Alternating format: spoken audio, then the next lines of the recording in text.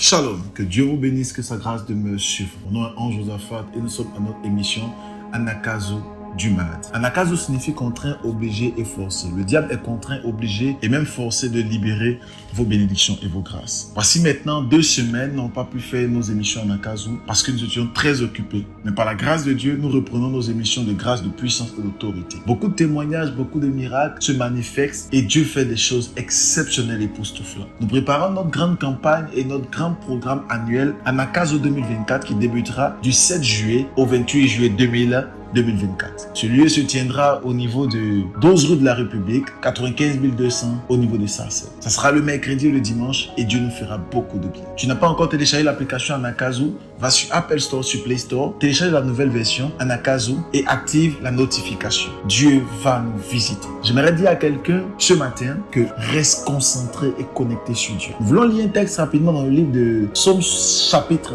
63 à son verset 2 au verset 3. La Bible dit, je paraphrase, que le psalmiste David prend la parole et dit: Éternel, j'ai soif de toi, j'ai faim de toi. Et longtemps j'ai compris que l'Éternel aimerait que toi et moi, nous puissions avoir soif et faim de lui. D'où le fait que cette semaine, nous parlons sur le grand thème rechercher Dieu. Et cela, enfants de Dieu, nous avons besoin de rechercher Dieu comme David. Vous allez vous rendre compte que David était un homme prospère, un homme fort dans les combats. David était un homme qui remportait toutes ses batailles. David était un homme aimé et puissamment béni. Mais dans le psaume 63, à son verset 2, David dit: mon âme a soif de toi, mon âme a faim de toi. David, qui était si grand, qui était si prospère, qui était si élevé, dit qu'il a soif de l'Éternel. Nous comprenons aisément d'où la puissance, la richesse et la gloire de David tire sa force. Il tire sa force en l'Éternel. Voilà pourquoi nous devons être comme David, être des personnes qui recherchent le cœur de Dieu. David dit qu'il avait soif de Dieu. Il voulait encore plus parce que David n'était pas rassasié de Dieu en fonction du nombre de finances qu'il avait. David n'était pas rassasié du roi des rois en fonction du nombre de finances dans son compte en banque ou le nombre de kilos d'or qu'il avait en réserve. David avait soif parce qu'il aimait Dieu. Et donc ça faisait en sorte que malgré qu'il avait abondamment de biens,